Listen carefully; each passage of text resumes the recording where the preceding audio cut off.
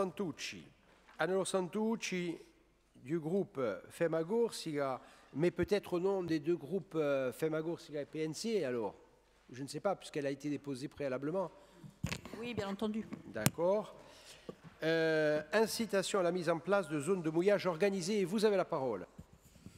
Merci, Président. Alors, en quelques mots, aujourd'hui, nul n'ignore plus l'importance des herbiers de Posidonie. Les scientifiques nous disent d'ailleurs que c'est l'écosystème le plus utile pour l'homme et pour la planète. Donc, l'idée de cette motion, c'est de développer des zones de mouillage organisées sur le littoral de Corse, le littoral qui subit aujourd'hui une forte pression anthropique, donc la pression de l'homme sur le milieu marin, sur le milieu naturel. On observe une extension, une hausse des zones de mouillage le long du littoral.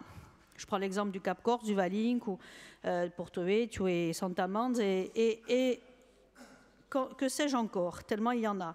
Donc, nous savons que les Posidonies jouent un rôle majeur dans la lutte contre la pollution, parce qu'elles captent le carbone, la lutte contre l'érosion et également.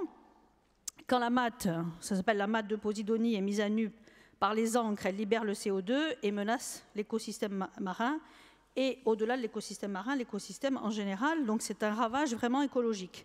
Donc il existe des zones de mouillage en Corse aujourd'hui, Bonivadio, Calvi, Portivetto, Petrosé et d'autres. Ces zones de mouillage, bien entendu, participent au développement des zones côtières parce qu'elles concilient la sécurité des navires, la protection, et elles évitent également des engorgements. Donc la mise en place et l'expansion de ces zones permettra l'accueil des navires sans avoir, c'est important, recours à la construction, car ce sont des éléments extrêmement légers, non permanents et qui n'impactent pas les fonds marins. Aujourd'hui, on les appelle des ZMEL, les zones de mouillage d'équipement léger.